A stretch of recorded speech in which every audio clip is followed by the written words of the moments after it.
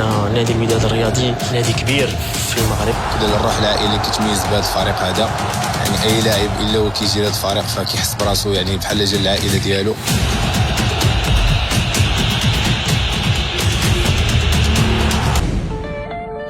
هو نادي الوداد الرياضي تأسس سنة 1937 تاريخ 8 ماي. كان من أول نادي شارك في الدوري اللي كان آنذاك تحت الحماية الفرنسية. هو نادي يسمى نادي المقاومة لأن كان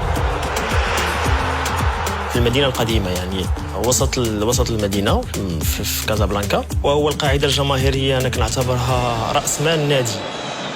قصاية جدودنا والدينا نعرفوهم يعرفوا الوداد، احنا كنا صغار ومشجعين الوداد، نعرفوا والدينا يشجعوا الوداد وحنا رايحين معاهم، تما بقات الحب ديال الوداد ساكن في الذات.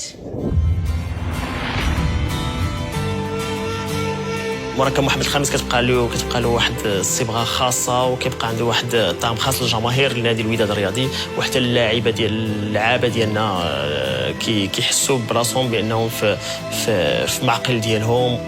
الحمد لله مركب محمد الخامس فعل خير علينا، وكنتمنى ان شاء الله يضل هكذا لسنوات وسنوات.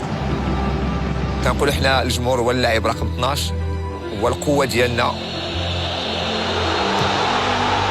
وعندنا يعني وداد امه، الوداد الرياضي وداد امه، يعني عندنا امه تتابع الوداد، والحمد لله احنا فخورين بجمهورنا بتاريخ نادي الوداد الرياضي. احب الوداد هذا، نروح للتيران نشوف شجع الوداد. يعني باش كيتصدر جميع الألقاب هنا محليا وحتى في قاريا، كتشوف كل سنه فهو كينافس على جميع الألقاب اللي كيشارك فيها، فهذا كيدل على انه فريق كبير ومرجعيه تاريخيه كبيره.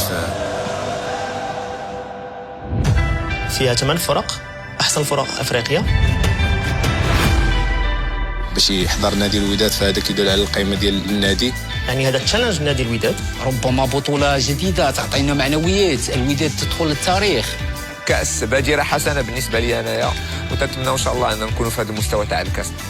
الى نذكر هذا الاخير، المنافسه لا سيما منافسه بالنسبه لهذه الفرصه، هذا الكاس اللي تنظمت لاول مره.